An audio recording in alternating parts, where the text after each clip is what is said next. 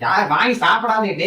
நான் இந்த வாரம் ஃபுல்லா ஒரு நாள் கூட கடையில போய் இந்த மிட்டாய் இந்த குடல் பாக்கெட்லாம் நான் வாங்கி சாப்பிட்டதுல கை தூக்கி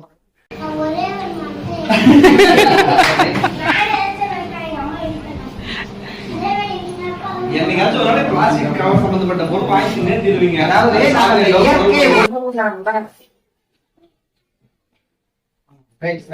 நன்றி.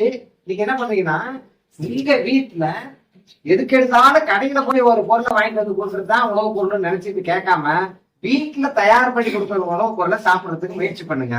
அந்த உணவு தான் நமக்கு நீண்ட நாள் ஆரோக்கியத்தை தரும். நம்ம எந்த பொருள் எடுத்து நீங்க சாப்பிட்டீங்கன்னாலும் நீங்க மஞ்சள் தூள்ல இருந்து மிளகாய் தூள்ல இருந்து வாட்டர் பாட்டில இருந்து ஜூஸ்ல இருந்து எல்லாமே உயிர் கொல்லி மருந்து தான் அதுக்குள்ளார கலந்து வச்சாதான் புழு பூச்சி வராம இருக்கும்.